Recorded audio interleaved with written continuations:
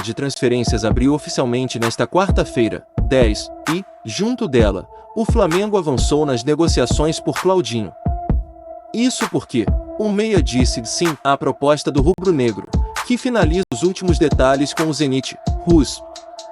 Segundo informações do jornalista Vene Casagrande, Claudinho já disse sim à proposta do Flamengo, pois entende que não tem mais o que fazer no Zenit na Rússia. Vale ressaltar que, por conta da guerra, o clube russo não pode disputar as principais competições da Europa, como a Champions League. Zenit acena positivamente. Além do sim de Claudinho, o Flamengo teve mais um avanço nas negociações pelo jogador. Isso porque o Zenit Rus respondeu à proposta do Fla e sinalizou que aceita negociar o meia por 18 milhões de euros, ou seja, mais de 105 milhões de reais na cotação atual. É importante destacar que Claudinho tem contrato com o Zenit até junho de 2027. Por outro lado, a proposta do Flamengo para o meia é de um vínculo de 5 anos, ou seja, até 2029. Atualmente, a expectativa é por um desfecho positivo para as negociações do Fla com o meia. Desempenho no Zenit. Vale lembrar que Claudinho chegou ao Zenit em agosto de 2021, quando deixou o Red Bull Bragantino. Em suma, o clube russo pagou cerca de 12 milhões de euros, 74,2 milhões de reais na cotação da época, à equipe de Bragança Paulista. Na última temporada, Claudinho marcou 5 gols e deu 9 assistências nos 42 jogos que disputou pelo time russo. Contudo, desde 2021, o meia soma 20 gols e 23 assistências em 102 partidas oficiais com a camisa do Zenit. O Flamengo volta a campo nesta quinta-feira, 11, quando enfrenta o Fortaleza, no Maracanã. Nesta quarta, 10, Tite comandará o último treino do elenco rubro-negro antes do jogo válido pela 16ª rodada do Campeonato Brasileiro.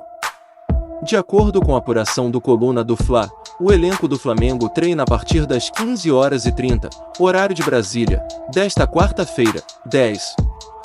Desse modo, no CT do Ninho do Urubu, as atividades irão servir para Tite definir os 11 titulares para o jogo contra o Fortaleza. Em virtude da Copa América, o Flamengo continuará sofrendo com desfalques importantes na partida contra a equipe cearense.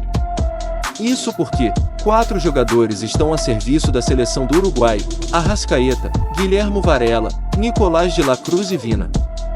Além disso, Everton Cebolinha iniciou o processo de transição após lesão no quadril direito, porém, ainda não será relacionado para a partida.